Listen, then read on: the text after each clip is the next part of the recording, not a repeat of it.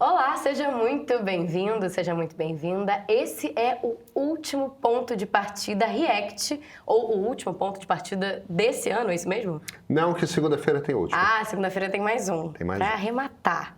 Para arrematar. Mas de React, esse é o último. Aí eles podem bater à vontade que eu não preciso responder. Ah, bem, é uma boa saída pela tangente. Eu vou aprontar na Entendi. segunda-feira. Espertinho. Não é? A gente tá te dando essa colher de chá. Espero. Tá bom. Pedro, eu queria te fazer uma pergunta pra gente já começar. Lá vem.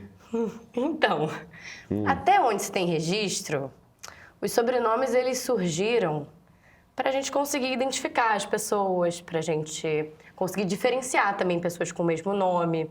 O sobrenome também é importante para, por exemplo, fazer uma transferência mais segura de bens, de imóveis, enfim. E também tem uma questão reputacional que vem aí com o sobrenome. Certo.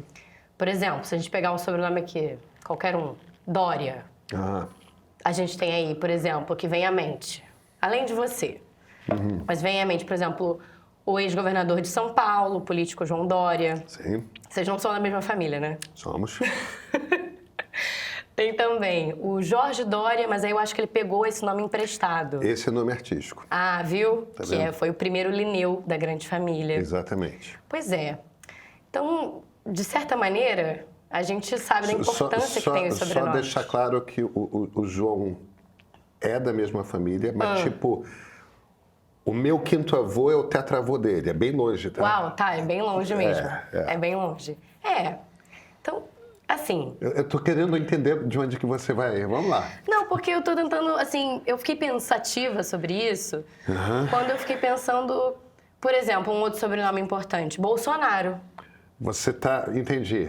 Sobrenome que... Dória, Bolsonaro, foram os dois não tem sobrenomes muito que... a ver. Esses são sobrenomes bem distantes, assim. São. Mas- Muito distantes. Mas eu fiquei Muito pensando... Será? São italianos, mas por favor, norte e sul é longe, tá? É longe, é longe, distante. é. Assim como a esquerda e a direita também são bem distantes uma da outra. Também. Certo? Também. Acho que sim. Perfeito, até no mapa. Ah.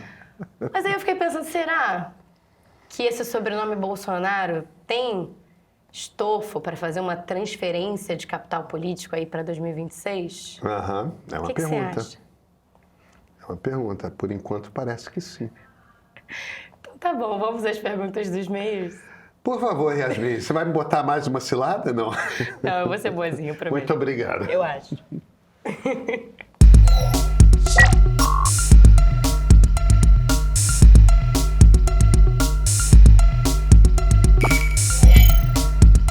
Pedro, eu vou começar com uma dobradinha de perguntas. A primeira é a do Leonardo e a segunda é do Fernando.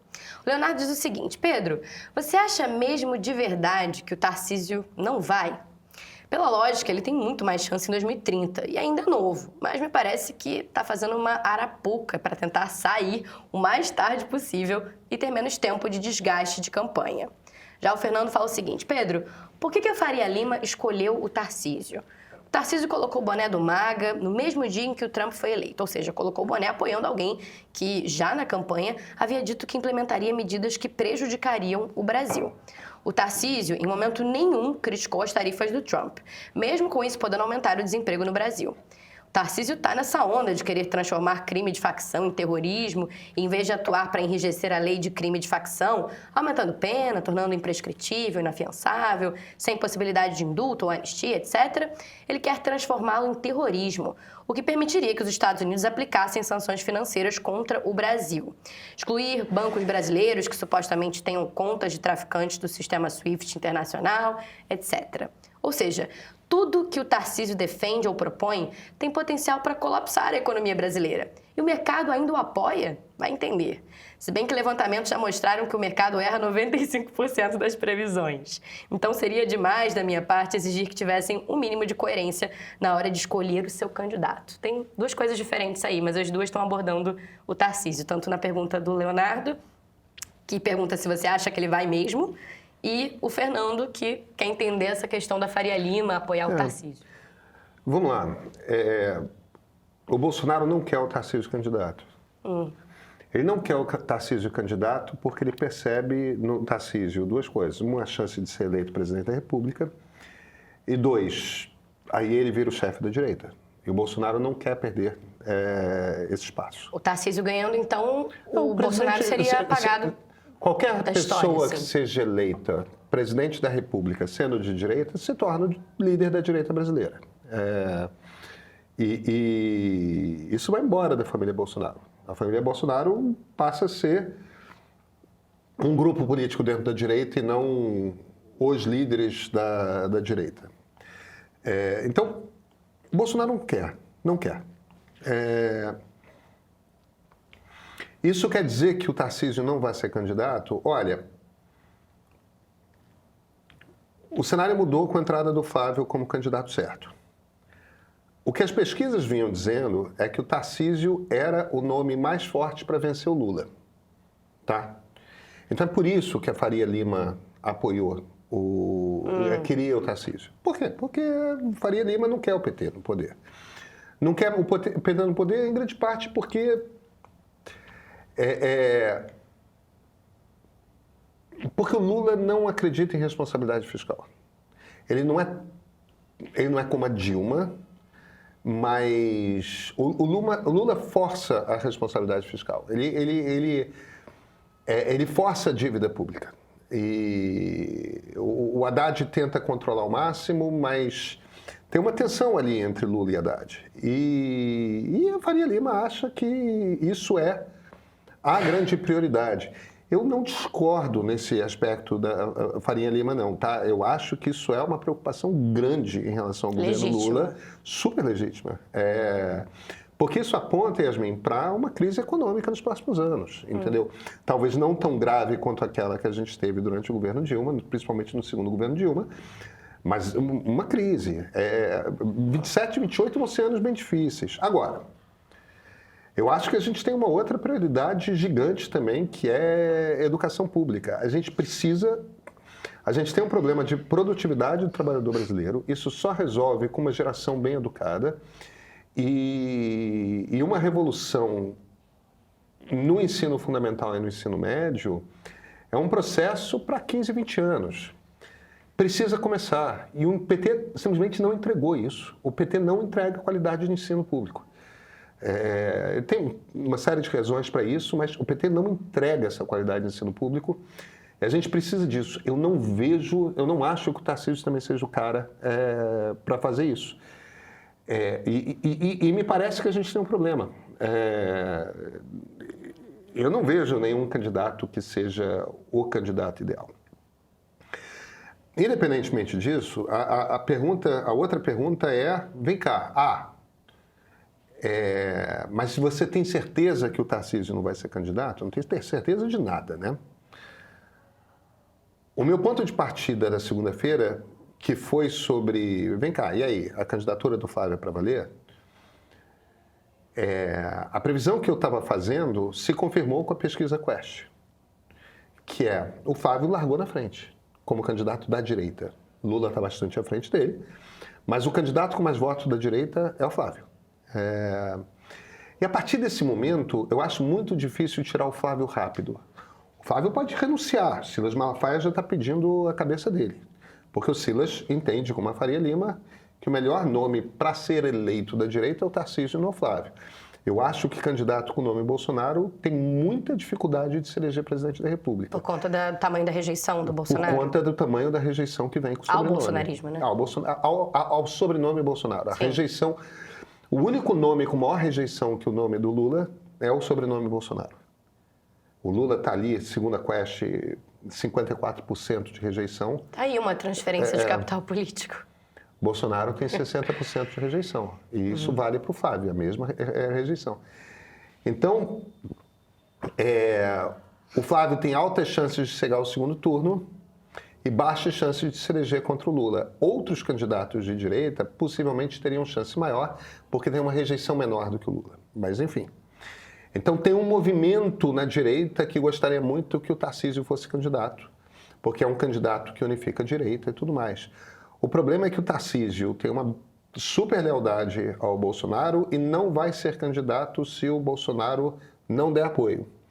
E o Tarcísio tem uma data limite, que é 4 de abril. Ele precisa deixar o governo de São Paulo para ser candidato a presidente. E se ele for candidato ao governo de São Paulo, ele precisa continuar. Então, a não ser que o Flávio renuncie e o Bolsonaro o apoie até 4 de abril, eu não vejo essa janela para o Tarcísio ser candidato. Eu acho, com o desenho que se apresenta hoje, eu não acho que o Flávio vai desmontar politicamente como candidato até abril, início de abril. Então, eu não vejo como o Tarcísio pode ser candidato, a não ser que o Flávio deixe essa candidatura e diga, não, pensando bem, o Tarcísio é melhor. Por que ele faria isso? Eu não vejo a razão política para fazer isso. Pode ser que eu não esteja vendo algo? Pode. Hoje, a gente está gravando 19 de dezembro. Sim. No dia que esse vídeo vai ao ar, né? Yasmin, hoje eu acho que o Flávio é candidato à presidência e que o Tarcísio não é candidato à presidência. Se o cenário político mudar, o cenário muda. Pedro, eu vou seguir aqui com o comentário do @SamuraiDF, que eu acho que é de Distrito Federal, eu ia achar muito engraçado se fosse. Ele diz o seguinte: o cálculo se mostrou mais preciso para o segundo turno. Perdão, o cálculo que se mostrou mais preciso para o segundo turno é somar a porcentagem de todos da direita, menos o fator de transferência. Com os últimos dados, quando a gente faz o cálculo, o Flávio Bolsonaro fica empatado tecnicamente com o Lula, com uma leve vantagem para o Lula. A direita não tem honra, vota até no maníaco do parque se for para tirar o Lula do poder.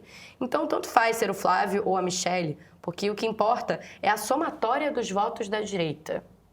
Você concorda? Não, claro que não. Não faz sentido para você? Não. Contra o Bolsonaro tem um eleitorado de direita que vota no Lula. Votou em 22. Agora, o George diz o seguinte, Pedro, ótima análise. Mas uma coisa que me incomoda, tanto no meio como na imprensa em geral, é o fato do governo Lula, além de ter que lidar com problemas históricos do país, ter que lidar com um Congresso majoritariamente golpista. É muito fácil ser de direita, extrema-direita no Brasil. Uma declaração do Lula gera debates e mais debates no meio e na imprensa. Qualquer hesitação do governo, e a primeira coisa que a gente lê na mídia é que a esquerda perdeu votos, ou isso fortalece a direita. Por outro lado, a extrema-direita trabalha dia e noite para tirar direitos trabalhistas, privatizar serviços básicos, aplaudir a polícia quando mata pretos e pobres e livrar a cara de golpistas condenados pela justiça. E em nenhum momento se fala sobre como isso pode fazer a extrema-direita perder votos. As principais ações da PF combatendo a corrupção são em cima de políticos da direita. E a direita nunca perde votos. A direita pode dar golpe, matar pretos e pobres, ser corrupta, entre tantas outras barbaridades, e parece que nada acontece. Como é que você explica isso? Primeiro, tem várias questões aí que ele está chamando de questões de extrema-direita, como, por exemplo, privatização de serviços, que, em grande parte, eu, por exemplo, posso ser perfeitamente favorável, tá? São questões aí que ele está defendendo, ele está confundindo preferência ideológica com ausência de debate. Tem várias questões que fazem parte do debate público normal. Privatização é um tema, privatização/estatização é um tema que está no debate público. E aí vamos argumentar e vamos chegar a uma conclusão. O povo vota no final o que ele prefere. Isso é jogo normal. 2, o Congresso não é golpista. O Congresso não... o Centrão não é golpista, o Congresso não é golpista. Seria muito incoerente, né? Não, pois é. Seriam os primeiros a cair, talvez. Gente, evidentemente, veja, o Centrão está no seu pico de poder. Nunca o Centrão teve tanto poder quanto ele tem hoje. Por que Arthur Lira foi a primeira pessoa no Brasil a reconhecer a vitória de Lula na eleição de 22? Ao Congresso não interessa uma ditadura. O ditador manda. Os deputados voltam a ter pouco poder e podem ser caçados a qualquer hora por vontade do ditador. Vão ficar dependendo de conseguir favores do ditador. Hoje eles têm a faca e a queijo na mão. A gente precisa separar golpismo de fisiologismo do Centrão. São coisas diferentes. Ao Congresso Nacional, com exceção daquela minoria bolsonarista que acha que vai ter todos os favores da corte, do presidente, ao Congresso Nacional não interessa uma ditadura. Hoje temos uma presidência da República fraca, com um Supremo forte e um Congresso forte. Esse é o desenho ideal para o Centrão. Você bota um ditador, temos de volta uma presidência forte, Supremo e Congresso fracos. Entendeu? O Congresso não o Congresso não é favorável a uma ditadura. O Congresso este Congresso controlado pelo Centrão, quer uma democracia com as fragilidades que a nossa democracia tem, com os problemas que a nossa democracia tem. Que é uma presidência desidratada. É isso que interessa o Centrão. Por último, eu acho que existe... Ele tem toda a razão. O bolsonarismo não enxerga a corrupção do Bolsonaro e da família Bolsonaro. Não enxerga rachadinha, não enxerga isso, não enxerga aquilo. Agora, uma quantidade imensa de eleitores mais aguerridos do Lula não percebem o problema do triplex de Atibaia, não percebem o problema do sítio em Atibaia, que era do Lula e foi dado de presente para a empreiteira.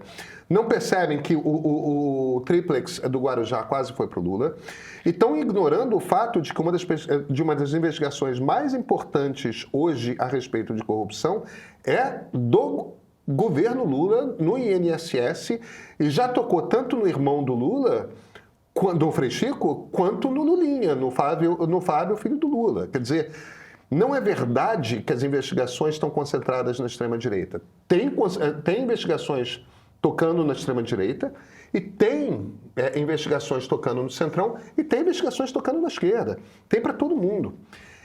E eu não tenho a impressão, é só a gente olhar para todo o processo do Lava Jato, que tem um monte de problemas, mas tem um monte de culpados.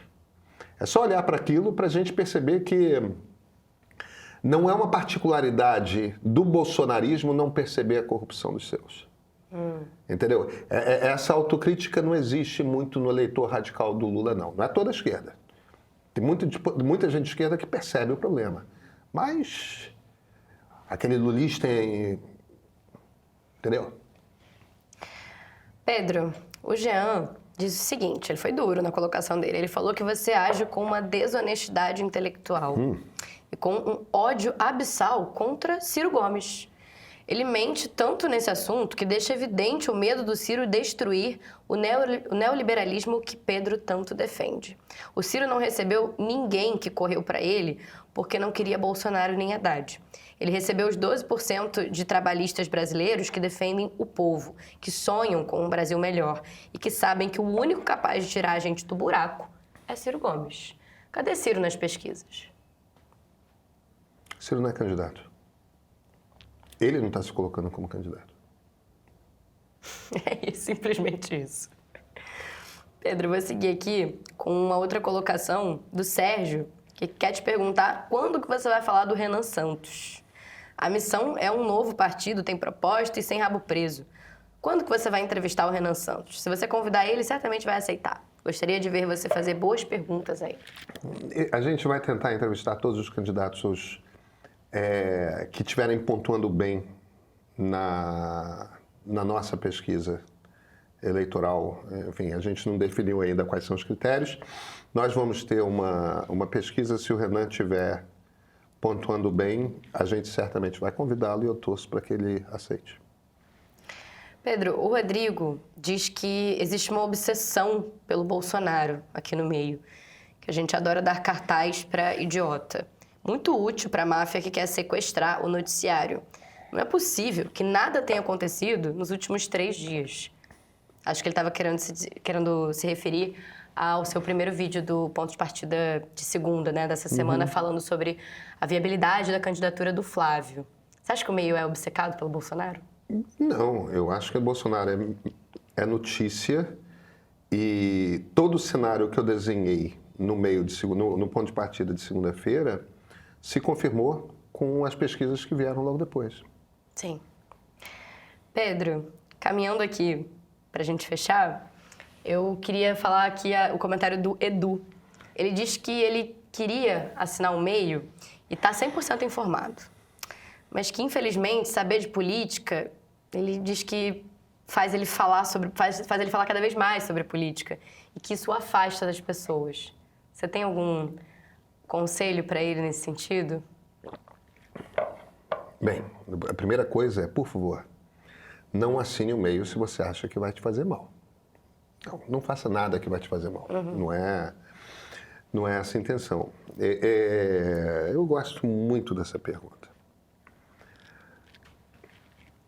Eu acho que entender política, conversar sobre política e se expor... O que a gente tenta fazer no meio?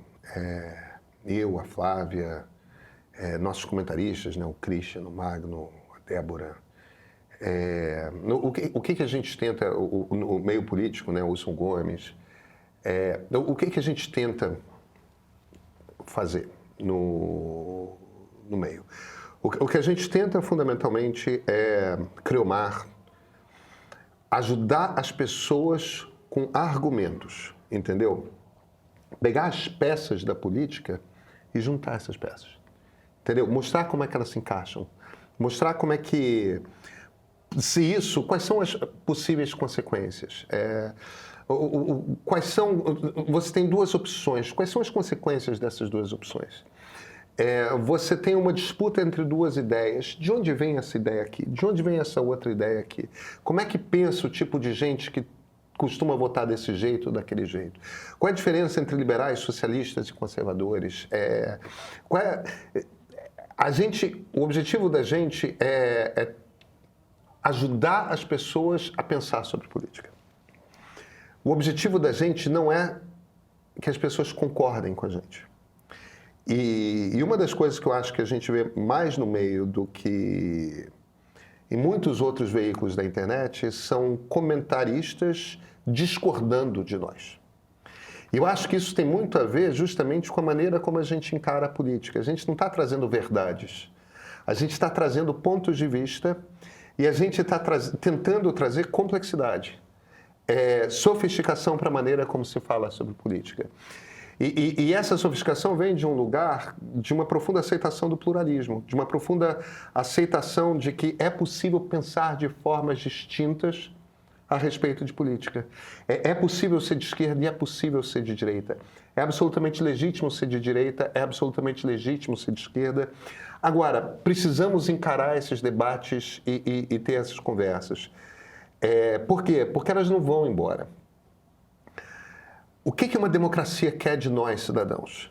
Se nós não queremos ter um tirano, o que essa democracia quer de nós, cidadãos, é que a gente pense sobre a sociedade, é que a gente tenha uma reflexão a respeito da sociedade e que a gente vá à urna e manifeste essas nossas convicções que a gente forma através do nosso voto, seja escolhendo deputados, seja escolhendo mandatários, né? Prefeitos, governadores, presidentes, seja votando em plebiscitos.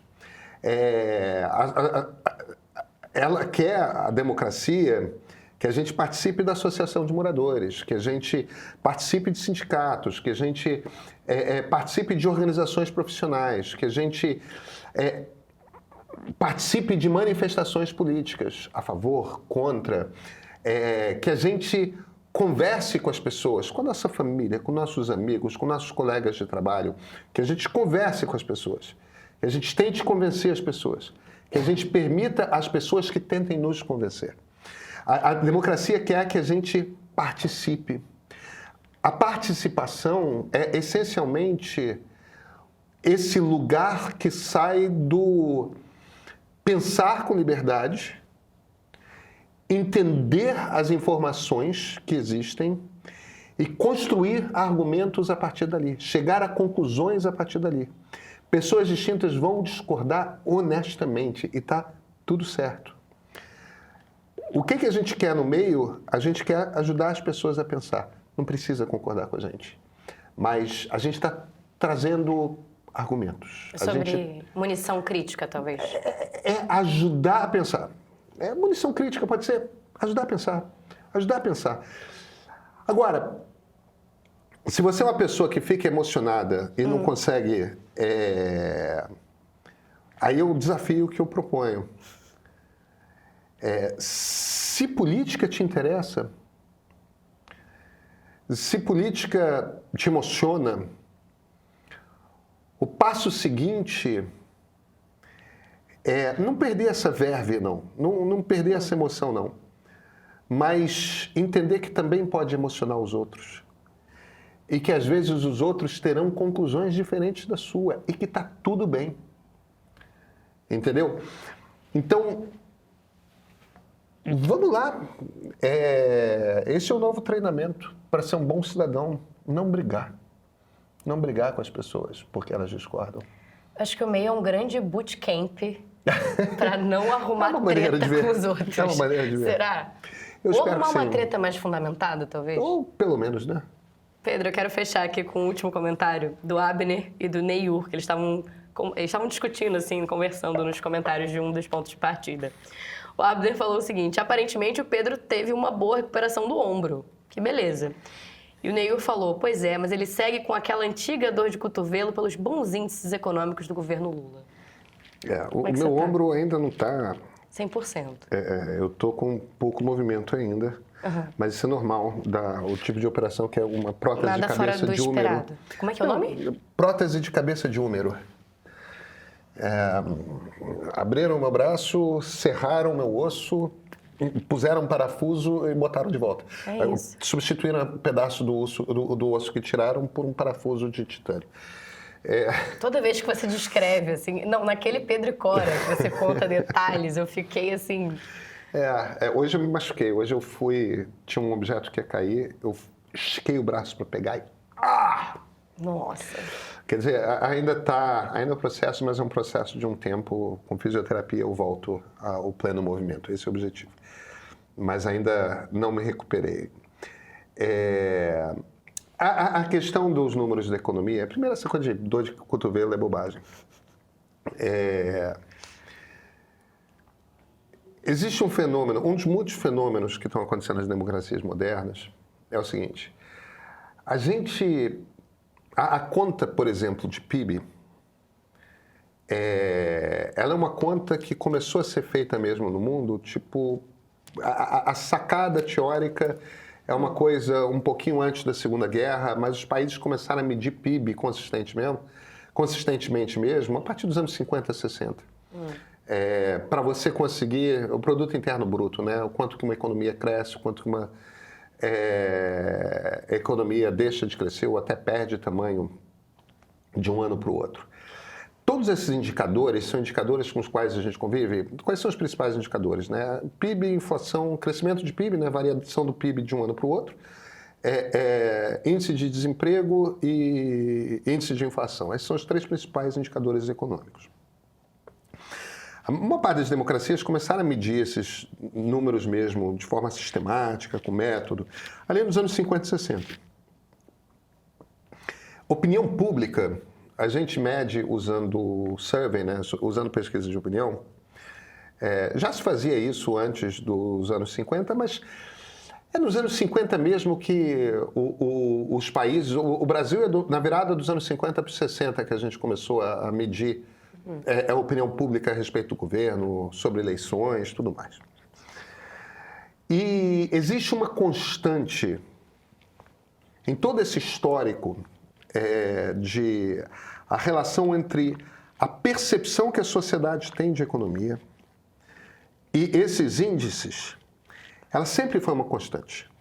Então, se o PIB está crescendo, se a inflação está caindo, se o desemprego está caindo, a percepção da sociedade a respeito da economia sobe. Se, por outro lado, a inflação está subindo, o desemprego está subindo e o crescimento do PIB está caindo, e essas coisas costumam andar juntas, não é sempre, mas costumam andar juntas, aí a percepção da sociedade a respeito da economia está caindo. Isso é meio que uma constante. Foi assim nos anos 60, foi assim nos anos 70, 80, 90, nos anos 2000, De pouco tempo para cá isso está mudando. Não é só no Brasil. Descolou. A percepção da sociedade a respeito da economia não acompanha mais os índices que costumavam acompanhar. Então, é verdade que os índices do governo Lula estão apontando para cima crescimento do PIB, para baixo inflação, para baixo desemprego? É verdade. Também era verdade que os números estavam melhores no governo Joe Biden do que no governo Trump. desemprego em queda, inflação em queda e crescimento de PIB sendo apontado. E, no entanto, a percepção da economia pela sociedade americana estava de que a economia estava ruim. E o Biden perdeu a eleição. Tem algum indício de que o Lula vai perder essa eleição? Não, não tem. Em grande parte ajudado pela direita. A rejeição ao bolsonarismo é muito mais alta do que a do Lula. Se o Flávio Bolsonaro vai para o segundo turno, se isso acontece, eu não vou fazer uma aposta, mas eu acho que o Lula vai ser reeleito. Tá? O Lula tem números ruins de popularidade comparados com os dos outros governos dele e os números que a Dilma teve, os números que o Fernando Henrique teve na campanha de reeleição. Mas tem números melhores do que o Bolsonaro. O Bolsonaro perdeu por muito pouco. Então, o Lula é favorito nessa eleição, claramente. Só que é preciso, é importante que os eleitores do Lula sejam realistas, porque a turma do Palácio do Planalto é. A turma do Palácio do Planalto entende que os números do governo de economia estão bons, mas a maneira como a sociedade está olhando para a economia, cara, a sociedade acha que está ruim. Entendeu? Por que existe essa dicotomia? O que acontece de os números... O PIB está subindo, o desemprego está caindo, a inflação está caindo e as pessoas acham que a economia está ruim. Por que tem essa dicotomia? Por que essa relação que sempre houve não está havendo mais? Será que o que está movimentando a sociedade é algum outro índice econômico que a gente não está habituado a capturar? Pode ser. Agora, existe hoje uma malaise, né? Existe uma percepção, isso não é só no Brasil, isso é em todas as democracias, de que as coisas não estão boas. Mal-estar na civilização. Mas é mesmo. Não quero ser freudiano aqui, não. Isso foi você que falou.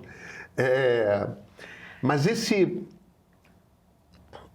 mal-estar da civilização que o Freud apontava ali, 1920, 25, 30,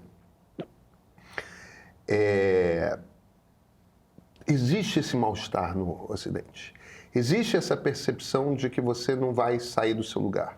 Existe essa sensação de que eu não vou crescer na vida. E existe uma quantidade muito grande de pessoas. A sociedade brasileira está concentrada na classe C. Ali, R$2.500, R$3.500, R$5.000 por mês de renda individual. Nessa faixa de renda, existe uma sensação de que você está preso ali e você não tem a possibilidade de crescer. E as pessoas não querem crescer com CLT, elas não querem crescer. A sociedade se transformou. Então, o tipo de segurança que se buscava na sociedade industrial não é mais isso que as pessoas querem. E olha, nem a direita nem a esquerda está sabendo...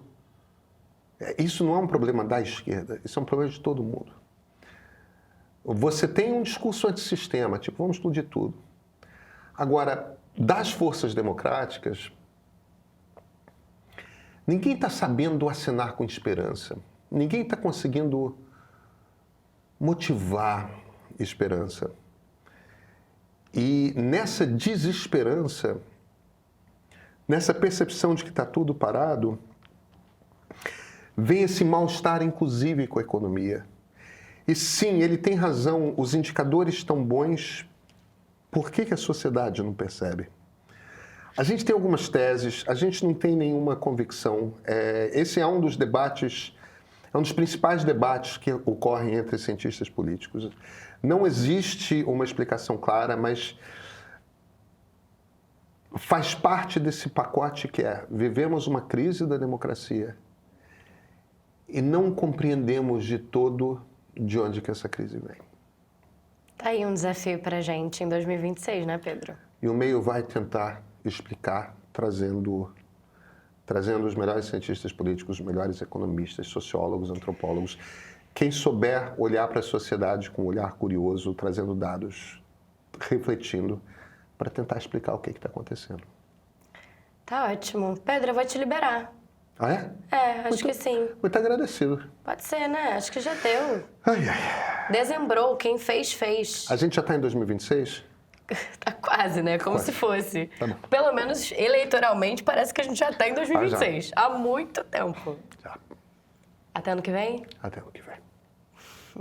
Tô sem fôlego, simplesmente fantástico. Isso se faz em vida, parabéns ao meio. Que maravilhoso, obrigado por essa obra-prima. É um deleite ouvi-la, grandiosa. Esses são só alguns dos comentários de quem já assistiu ao documentário Fernanda Montenegro, A Luz e o Mistério, no streaming do Meio. Uma conversa como você nunca viu, em que a maior atriz brasileira revisita quase um século de vida de palco. Ela conta da infância do subúrbio, da primeira visão da magia do teatro, da força do rádio, da TV, do cinema. Ao lado de Cora Rona e Ricardo Rangel, Fernanda abre o baú das amizades, das saudades e dos encontros que mudaram sua história. É íntimo, é emocionante, é histórico. Se você ainda não assistiu, o filme está disponível exclusivamente para assinantes do Meio Premium no nosso streaming. Além dessa produção incrível, nosso catálogo conta também com séries e documentários que você só encontra aqui. Assina, assista e viva esse encontro com Fernanda Montenegro.